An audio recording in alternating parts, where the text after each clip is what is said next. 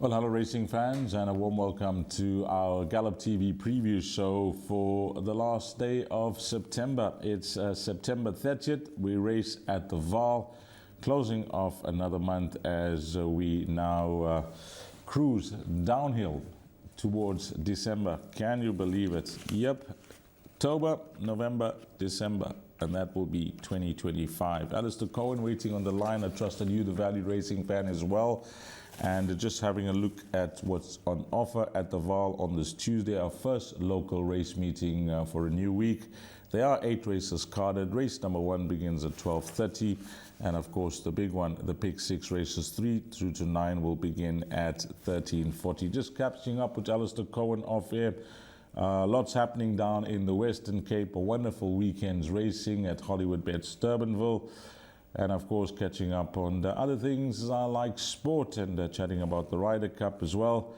But Alistair, trust that I find you well and everything's good in your part of the world.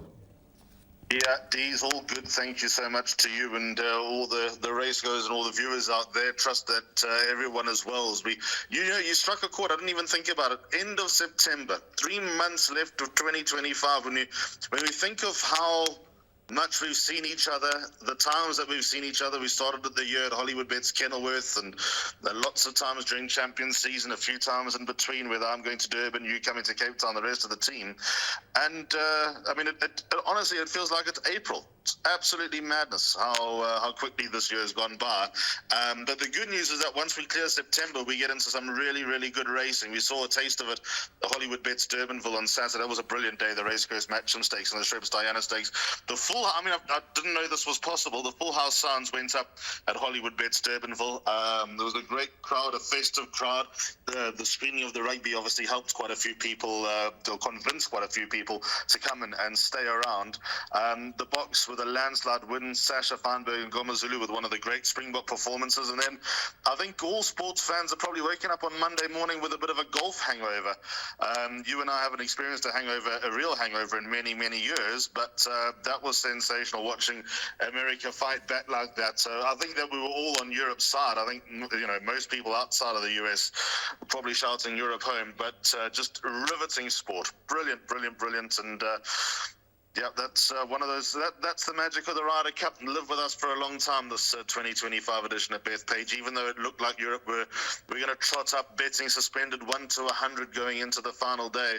That final day was, to use Alex Ferguson's analogy, squeaky bum time. Yeah, and I think one has to just pay compliments to the captain as well. Luke Donald, what a performance. Will go down one of the great captains of the Ryder Cup, no doubt about that. Work Riders, maiden plate, 1,500 meters is how we kick things off at the Vaal on Tuesday. And as I mentioned, it'll begin at 12:30. Let's bring up the field, have a look at some betting as the guide. Horse number, where are we beginning? Oh, there's a horse that's been backed here. From 100 to 1 into 66 to 1, and that's Mrs. Wonderful for the daughter of Wings of Desire, and of course that is for Shailen Naidu. Then we go on to number 7, that's the odds-on favorite, deep in the red, trading at 1 to 5. Horse number 9 is at 8 to 1, and I see number 10, Scots Guard, has the pacifiers on. So we got a horse that's trading at 1 to 5 here, Alistair Cohen. That just tells a story on how we may kick things off. Yeah, Dees. Look, he ran 5 days ago, so he's a fit horse. It wouldn't necessarily be the Fabian Habib style to run a horse back so soon, but I reckon Fabian declared on the 25th of September, looked a winnable race, and thought, well, if we can't get it right there, we ought to get it right in this Work Riders, man. We've got Sam Lucia, professional veteran handling from the saddle for Sam Lucia. Well, look, I wouldn't say it's a worry, Dees, because the bipod is my suggested bet, and I'm banking number 7, Bellerophon.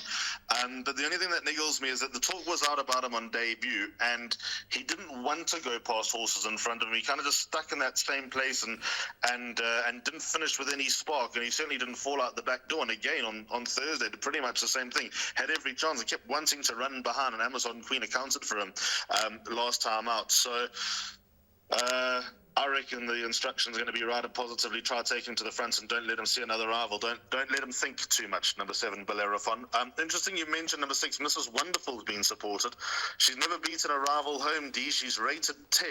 So someone out there thinks that she's going to beat quite a few rivals out there. I'm certainly not on side, but yeah, good luck to the punter or the punters that have invested a little bit of money on number 6, Mrs. Wonderful. To be fair, from 100 to 1 to 66 to 1 is not going to take the rent money. It's going to take just a very, very small amount of coins out of the pocket. The first time is interesting. Yadiz, number 8, Equilateral, a nicely bred son of Master of Malfake. Tegan Demont takes her out. Tegan's attended races in Joburg for a long, long time, and if you had to put him in a crowd of people, you'd say, well, that guy's got to be a jockey. He's built like a jockey, and I think this is his first ride, Tegan, so we wish him well. I think it would take quite a lot for Equilateral to turn over the stable companion, number 7, Bellerophon, and then number 9, Nebraska. On the first run to Alpha World, makes some appeal. On the last run, cannot possibly beat number 7, Bellerophon, but gets Pelasila Monkawa on board, and he is the multiple-time champion work rider of South Africa over the past few years. 7, Bellerophon, very hard to beat, but just a little bit of housekeeping, D's. The track is configured exactly how it was on Thursday, where low-number draws were advantageous. And there has been a ton of rain around Joburg. I'm in Joburg for the week. We'll be spending a lot of time in Cape Town towards the end of the month when the sale comes around. But at the moment, I'm in Joburg. It poured overnight. We're 27 hours out from race number 1. Apparently, the Vaal got hit with 18 mils of rain Sunday, Monday overnight. And I reckon a little bit more has probably fallen in and around that message being sent out. So, look, it hasn't rained in Joburg in, 4 months, so we shouldn't be under too much pressure unless it really opens up through Monday. But what it sounds like is that Turffontein did escape a downpour, so I reckon the regulator's probably going to kick for touch and keep Turffontein as an option. I don't know that for a fact, but that's certainly the vibes I'm getting. Okay, keep an eye on the update. That's the track report and any changes with regards to the Vaal on Tuesday, and you can find that on various websites. Let's move along to race number 2, and this is the start of the place accumulator. It's a maiden plate for fillies and mares over 1,200 meters. The place accumulator will begin sharply at 13:05. There's lots of form to work with. There are a lot of unknowns in the race, which makes for a very interesting start to the PA. Number 1, Iconic Winter at 5-2. 2 is Duchess of Pelona, that is at 3-1. Then we got Magic Carpet Ride at 22-10. And of the first timers, they've priced us 1 horse in single figures, and that's Alec Laird's runner, number 9, Masters Rose, at 8-1. Start of the place accumulator. I mentioned there is some form to work around between numbers 1, 2, and 3, but a lot of unknowns in the race, which could make it tricky, Alistair. Just an aside, as you mentioned, number 9, Masters Rose, a huge crackle of thunder has just emerged. I'm at Randfontein, nowhere near the Vaal, 120 k's away from the Vaal. But it well and truly opened up after that quick weather report. These, as you mentioned, a lot of unknowns here. The 2 horses that make the most appeal on paper come off layoffs. Number 2, Duchess of Paloma, and 3, Magic Carpet Ride. I mean, if Copper Plate can rock up from Cape Town with as ordinary form as he's got and win, then Duchess of Paloma, who's certainly got a few lengths better form, ought to have every chance. Fitness to be taken on trust, absolutely. Marco van Ridgeburg takes a ride. Last run to Ukuduma, form worked out well. Ukuduma won the listed iridescent stake, so she's a valuable filly to work with going forward. So that all points to a big run for number 2, Duchess Paloma, but how fit is she going to be? I don't think she needs to be 100% to be a huge runner here, but she's very interesting. She's in pretty much the same boat as number 3, Magic Carpet Ride. Sean Terry's yard. He's generally a slow starter to the season. I think Sean's had, by his standards, a better than average start to the season, having already won a feature race in the form of the spring sprint. A lot of his horses, rather than running that general 5-6 lengths behind, they're sort of running 3 lengths behind. So it's a matter of time, I know it's cliche, a matter of time before Sean really gets into the swing of things when the big features come around. Now, these at last run finished behind Tuscan Romance. Merryweather ran 3rd as 1. 5th horse Shimmering has won, and look, that's all to write home about. But the point is, the form has worked out well with Magic Carpet Ride on debut being quite green and likely to step forward from the run. She is related to MK's Proud, who of course was a high quality middle distance horse, so there might be something there for number 3, Magic Carpet Ride. Watch out for both these horses coming off a layoff. 1, Iconic Winter, a fitter horse, runs to Halala, who I know is held in high regard. She's got form that looks like she's ready to win. Yards going well, jockey with a double on Sunday. And then number 9, Masters Rose. And I don't know whether this is one of them, but I think Alec Dade's got a few nice young 3-year-olds that we haven't seen yet who will be stepping out soon. So just watch the mark on number 9, Masters Rose. I don't have my ear to the ground, unfortunately, with her, but just keep an eye out on a few lead runners, and if there is any money for any of them around. In the bar pot, 1, 2, 3, and 9. PA, I'd be happy with 2 and 3, to be fair. 2 and 3 for the place accumulator. I think that's good enough there. And some positive comments coming through from the form line of number 3, Magic Carpet Pride, which I agree on. And Craig Zaki up, he's in fantastic form, isn't he? What a wonderful weekend he had. Race number 3, a maiden plate for fillies and mares over 1,200 meters. It is the start of the big one, the pick 6 at 13.40. Number 3, Lost for Words, is tracing at 3-1. And we move along to a 5-2 shot in number 4, Vamonos. Then 28-10, number 5, Quiet Winter. 6-1, number 6, Hawksdale. And the first timer, Sean Terry's runner, called Galaxy Queen, that is trading at 8-1.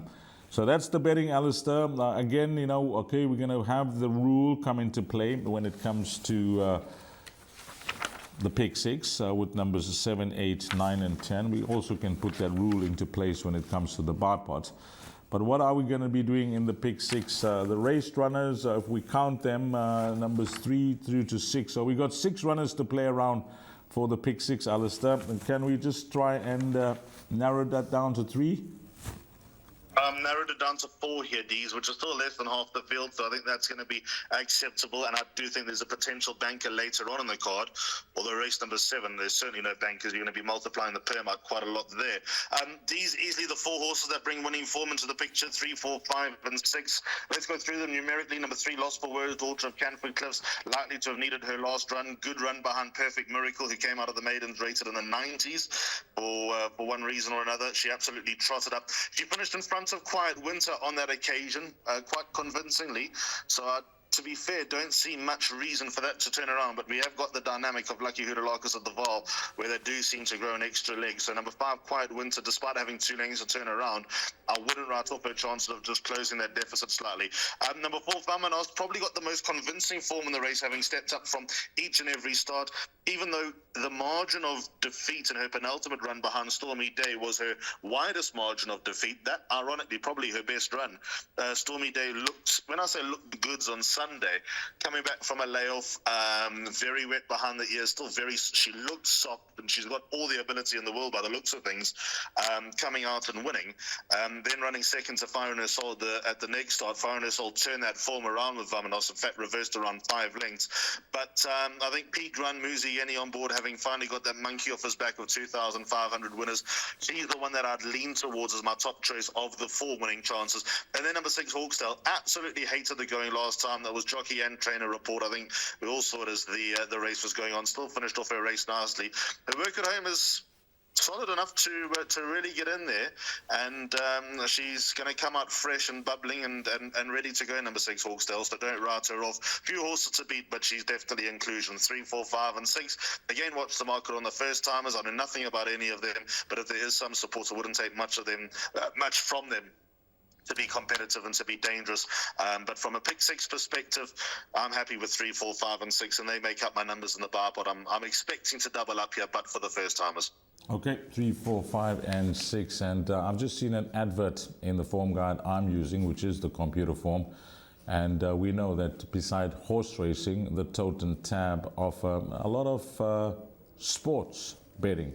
And the biggest one is yet to come. So I'm just giving you a heads up, racing fans. 25th of October. 25th of October, it's a Saturday. It's going to be the biggest soccer pool ever. Over 100 million rand. Yep, 100 million in the Soccer 13. Guaranteed jackpot of 62 million rand. And if you watched some of the results this weekend, with the likes of Liverpool losing, Chelsea losing, and you can add a few more to that, the Soccer 13 on Saturday paid 8 million rand. That's what it paid, 8 million. But jot down that and diarize that date, 25th of October. You're going to be playing into a massive pool. Race number 4 is a maiden plate. It's over 1,200 meters. And number 1 is Monkey Puzzle, 7-2. Number 2, Arizona Magic at 6-1. This horse, number 3, African Pride, has been back 2-1 into 13-10. 7 is Jabari Thamba at 6-1. and 6 Legal Flame is at 8-1. Horse number 11 is scratched. Yeah, strange or coincidentally, I wasn't knowing when this horse was going to come out to run again.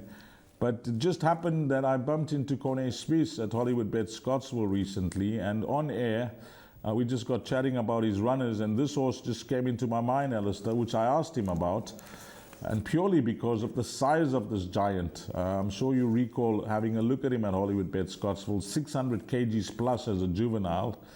And Corne Spies did assure me that he was doing exceptionally well back home, and they can't wait to put him back on the track, and he seems to be ready now for a 3-year-old campaign. An absolute monster of a horse, number 3, African Pride.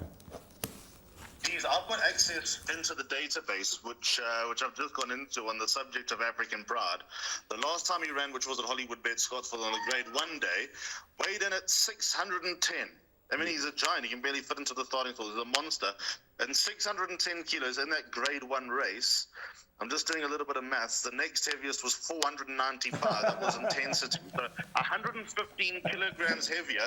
I'm just going to scroll down to the next Grade 1 and the Grade 2 on the day. Nothing got anywhere close. 530 is the next heaviest horse on the entire race day. So nearly 100 kilograms heavier as a 2-year-old than any other horse on Grade 1 race day. I mean, that's just the size of the son of Rafik, the substance, the way that he's imposing. And to be fair, his debut run at Hollywoodbets Scottsville, he probably should have won, but for greenness. And a big horse like African Pride getting bumped the way that he was, you're just never going to pick up your stride. You're going to take an eternity to pick it up again, and he was never a factor behind good for you, but with valid excuses. Corne Spies has given, I don't want to say given him time to grow, because if he's grown anymore, we're in serious problems. Now, this is what I think is interesting, Dees. I think the rains probably come at the right time for African Pride. It's I wouldn't say a fact, but it's certainly something that that a lot of trainers are cognizant of. A bigger horse does get through heavier going a lot easier. It makes sense that that's the case. And if the Vaal or wherever they might race on Tuesday does come up with it, it's certainly going to come up with a sting out the ground. It's absolutely pouring here all of us again. With the sting out the ground, that's going to help number 3 African Pride to plow through that going a lot easier. Trent Mayhew takes the ride. Is he going to be fit enough for a big horse? I suppose Corne has probably done his homework, judging by your comments. He's the most interesting horse on the race. Let's see how he starts off his campaign. He's going to make a lot of appeal over the coming months. But D's, I've actually changed my opinion a little bit on this race. My initial numbers and the numbers that I've supplied are 1, 3, and 8. After racing on Sunday, after one eye on Vegas, won in the manner that he did, 1 and 3, I think, will probably suffice on the pick 6 and the bipot. I'm not going to change my numbers now because I don't want to be turning around with bad luck and all of a sudden number 8 runs in and I've taken it out. So number 8 certainly stays in the form of Legal Flame. A lot of scope to improve, etc., etc. But number 1, Monkey Puzzle, turned up in Joburg. First run behind Echo Check. Fair run, would have needed it slightly. Second start, I actually spoke to Raymond Danielson before he went to Mauritius because we were talking about Trust, who's obviously trained by Candace Dawson. And Raymond said, I promise you, I've moved in like a winner. I've done everything right. The horse has given me a great feel. And I've looked around, the horse has popped up on my inside. And I think, how? I mean, that's got to be a top horse that's beaten me because victory's in my sights. And I know the third horse was highly regarded. Third horse has come out and won. The horse who ran 5th, beaten nearly 10 lengths, has come out and run 2nd, carrying top weight and a maiden handicap. So the form has really sparked up. There's no way that you can write off the chances of number 1, Monkey Puzzle. He's going to be a live chance here, and I think it's between the 2 of them, numbers 1 and 3. If you're looking for alternatives, number 2, Arizona Magic, and the other one that I've included, number 8, Legal Flame, are the likely improvers in the race. But after a little bit of retrospective form that has filtered through over the last 12 hours or so, 1 and 3 should be enough. 1 and 3, leg 1 of the jackpot for Alistair Cohen, but all eyes will be on number 3, African Pride, as he walks into the parade ring, and he will definitely, be the most interesting runner that we want to see, just because of the size of the horse. And race number 4 will kick off the jackpot. Race number 5, 14, 50, 10 to 3, 1,500 meters. Number 1, Wings of Grace, 33 to 10. 2 is Frangipani at 33 to 10. Then we go on to number 7 at 11 to 2. 18 to 10 shot here. Lucky Hudalarkus, fine form, Red Secret at 18 to 10. And it is double figures, the balance. Yeah, what did you make of that debut run from Red Secret, the daughter of Eric the Red? You know, considering that she did, you know, drift out come race time to around 11 to 2 after being short. It was still a very good run, Alistair. She can only build on that. And the fact is, you know, when you look at the distance, 1,200 meters, and the way she raced first time out, couple that with the pedigree, you'll know she's going to appreciate the extra distance. Indeed, very good run, certainly to the eye, but what about the level of form? Beaten by Willow Lady, in front of Pooty, who ran subsequently. Pooty did absolutely zero, and a weak maiden. Look, she's alive. She's in my player's Red Secret. But I'm very hesitant to make her a bank. I'm very interested to see how let's call it 3/4 lengths behind Willow Lady and 7.5 lengths to Warm Reception, the former number 8 Lanteri, is all going to work out, because Lanteri made some appeal on debut, having finished off her race nicely behind a filly who I know is held in very high regard. And the second horse, Never Neverland, has come out and franked that form already. So very interesting to see how those dynamics all work out. Then we got number 1, Winds of Grace. If ever there's a horse in the country that's just jumping off the page, ready to win, just with a little bit of luck that she needs, it's number 1, Winds of Grace. She'll be a deserving winner. She's very much in the race. Her consistency due to be rewarded. She had too much to do on the 27th of April when she was a little bit slow away. No fault of anyone. Made up a lot of ground. Again at her penultimate start behind a neat filly in the form of Wise Counsel. Left with a bit too much to do. And then last time, I suppose her demons in the starting stalls have probably just taken a little bit of wind out of her sails and compromised her from winning a race thus far. She's got to get her out one of these days, and she's actually the one that I'm going to lean towards, number 1, Winds of Grace. I've got number 9, Red Secret in my bar pot, but number 8, Lanteri, put her into your pick 6. She's the one that I think's got the most scope to improve. Just having a look at the jockeys here, and Craig Zaki, well, he's got 3 days, 30th, 1st, and the 2nd, before he takes his suspension, and keep an eye on him over the next 3 days or 2. There are a few jockeys, in fact, that will be taking suspensions, the likes of Sean Vaal and the Muzieni, and you can add to that Craig Zaki from the 3rd of October, and he has a healthy, big strike rate when he rides in these colors for Davy Shaw. Let's move along to race number 6. It's over 1,000 meters, fillies and mares, 82 handicap.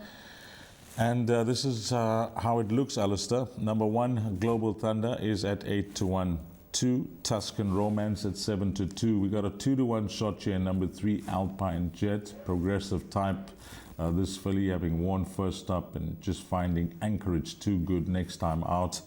Number 4 is Saigon Susie at 8 to 1. 5 on the run at 8 to 1. 5 to 2 shot here. Number 5, Paradise Way, and it's double figures, the balance. I'd like to start off by saying that I did have a chat to Anthony Delpeche when the noms of this race came out, because he gave me a call to possibly put Sereno Moodley on 2 runners, Alistair.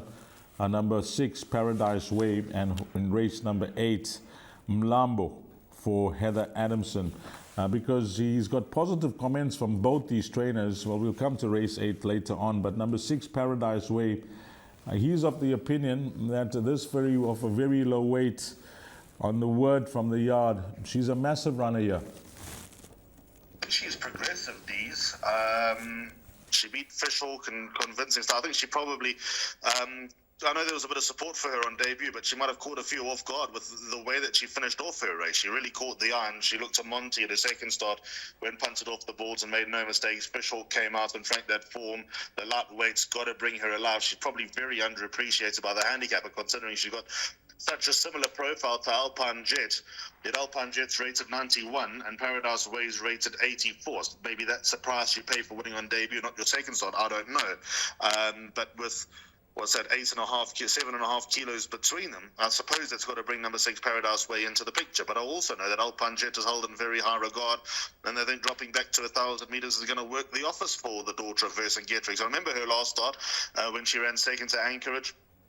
Walked into the prayer ring, good friends with the owner, Lawrence Verners, and he said, over 1,200 meters, what do you think of your filly? I said, well, we've got you to beat. He said, if it was 1,000, wouldn't be a contest. But over 1,200 meters, we're a little bit questionable. And I obviously spoke to Lawrence over the past few days. And let's hope number 3, Alpine Jet, can do something for... Or certainly live up to expectations. And when it comes to race number 6, the final leg of the bar pot, I've banked her in the bar pot, number 3, Alpine Jet here, D's. I think the only horse that can trouble her would be number 6, Paradise Way, by virtue of the 4-kilo claim. I think that these two horses are certainly going somewhere in their career. They look like they're forging forward and got a bit of a future, whereas everyone else just looks to be in that place. So that's how I read it. Banker 3 in the bar pot. In my pick 6, I'll probably bank in number 3, Alpine Jet. But if anyone came to me and said, put in number 6, Paradise Way, or what do you think of putting in Paradise Way, I wouldn't put you off. But the only thing that worries me is in the next race, we got to go deep. Okay, let's get to the next race then. It's the penultimate race on the card, and it's over 1,400 meters. And when you look at the rating, the average rating of the field at the 94 in an A division merit rated 100, then you know there's some quality in the race. And talking about quality, well, let's begin with a horse that's unbeaten and entire, a son of Gimme the Green Light, called Tegan's Champ. Well, we know that he is very, very lightly raced, sparingly raced. He obviously has got his issues, and Fabian Habib takes his time with him, only having his 4th start as a 5-year-old. They found this race for him with a rating of a 106, so he came in with 63 kgs, so the rightful thing is to take the weight off. He's been off since the 16th of January. Just looking at it, yeah, that's a long time, 2024, 16 January 2024. Maybe the presenters on course can just give us some comment with regards to his well-being, etc., and what the stables are expecting, because just unfortunate that he has issues, because he's unbeaten 3 from 3 and he's trading at 5-1. Number 2, Potberry, is at 4-1. Horse number 4, which is Press On Regardless, at 33-10. 6, Master Christmas, is at 6-1. And one more runner, number 12, Richard the First, at 7-1, and 15 is a scratching. Alistair, I just had to give this horse the airtime because I've watched all these victories, and yeah, it's unfortunate, you know. Many will tell you, whether you're speaking to jockeys, trainers, breeders, race goers, anybody involved in racing, they say the good ones always have the problems, don't they? The airtime that you've given this horse was perfectly deserved as well. 3 from 3, and I know that the ideas, the plans they had for this horse were through the roof. There were comments of Hollywoodbets Durbanville and all sorts of things for the son of Give Me the Green Light, and obviously his career has just halted right in front of him off 623 days.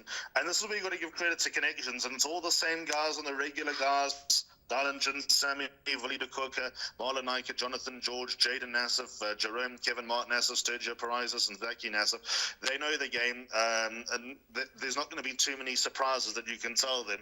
But to persist for 623 days between drinks, I suppose this wouldn't even be a pressure run, as much as you'd want him to remain unbeaten.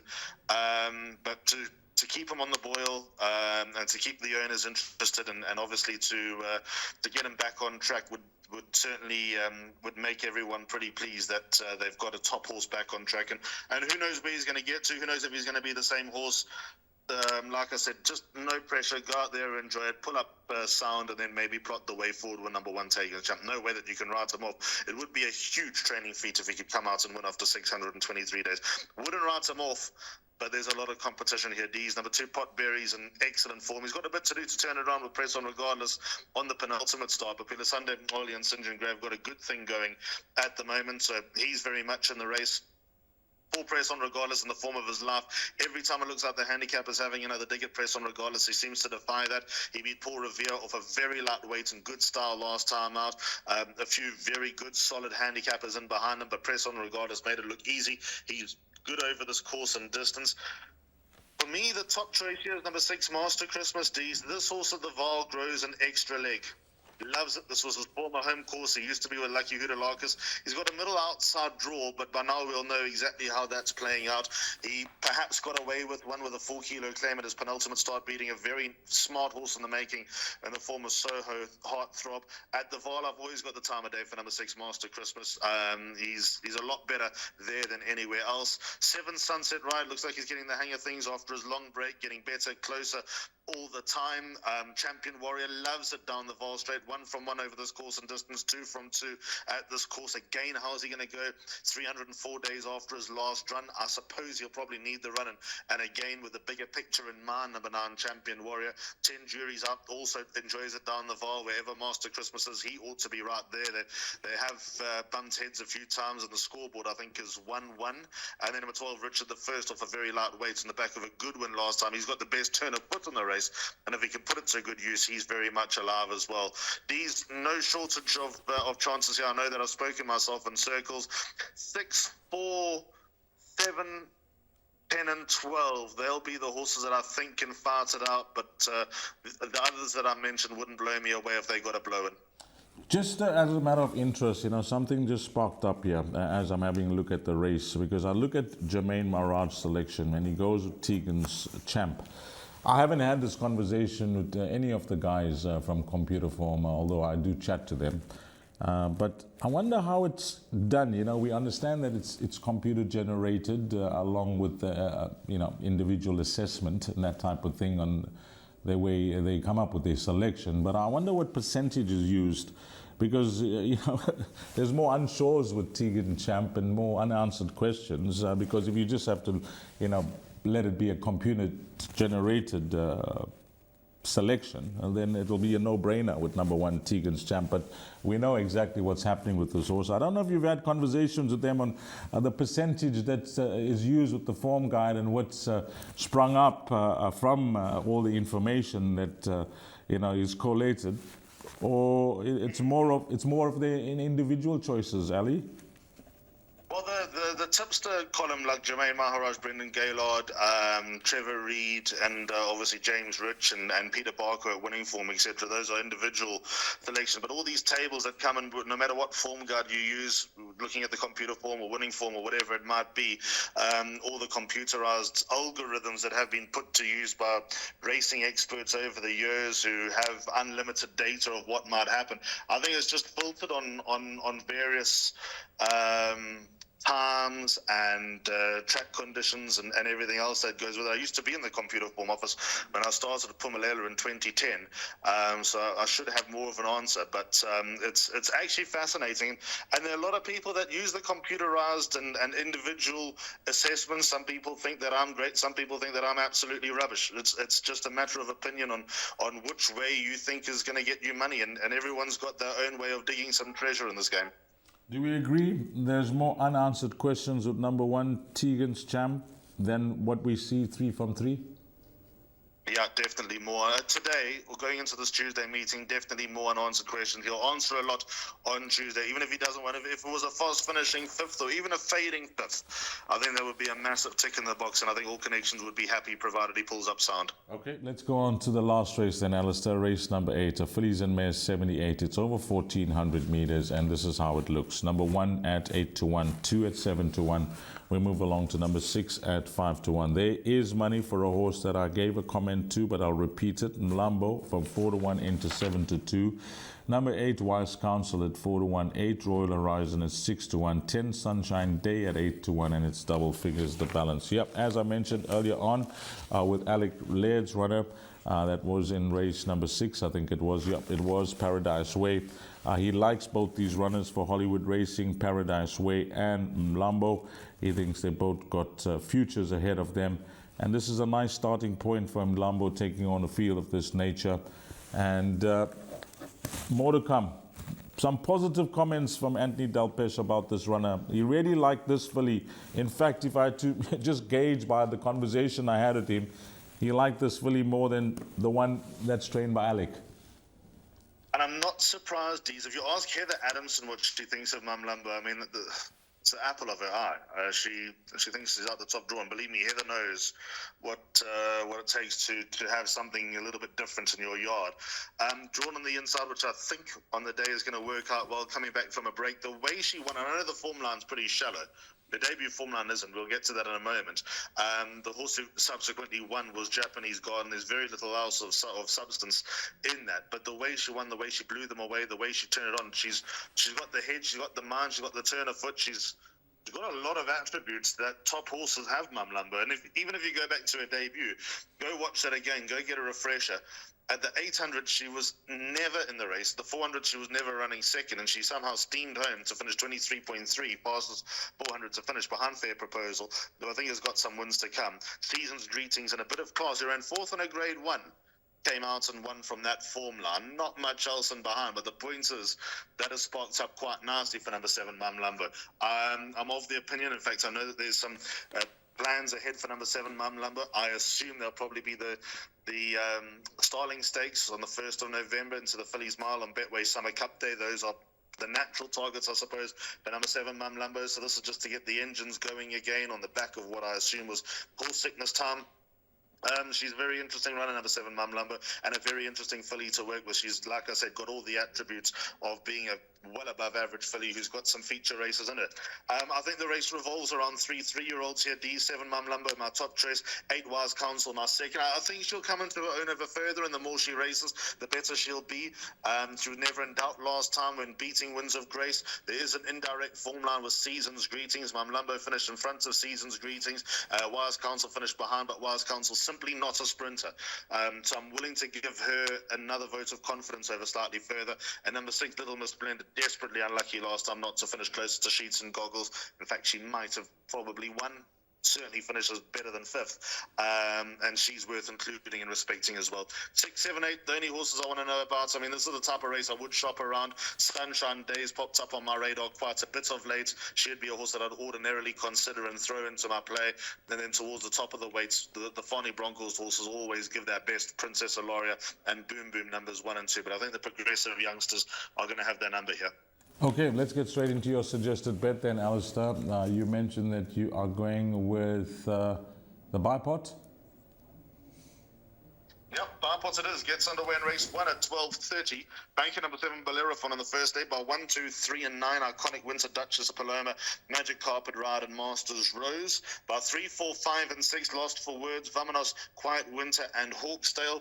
1, 3, and 8, Monkey Puzzle, African Pride, and Legal Flame, but subsequently reanalyzing it, 1 and 3 could suffice. 1 and 9 in the penultimate leg, Winds of Grace and Red Secret, and Banker 3, Alpine Jet in the finale. We're in good form at the moment, Dees, I'm happy to say. Long may it last. PA arrived, not that it paid rockets on Sunday. A few others at big prices have rocked up and done some good work for us, so let's hope it continues. Well, it's been a slightly longer show than usual, but why not? It's the first race meeting of a new week, and we've spoken about things other than horse racing as well. Thanks for your time and your effort, Alistair. As always, thank you very much. Thanks so much, Dees, and to all the race goers and to you as well. May you have a wonderful Tuesday, wonderful week ahead, and we'll chat on the other side. Thanks to Alistair Cohen on behalf of the team at Gallop TV. Alistair Cohen, myself, Dees Stein, and to you, the valued racing fan. Hopefully it's a good start to a new week. Until we meet again, you take care. Salaniga Asle.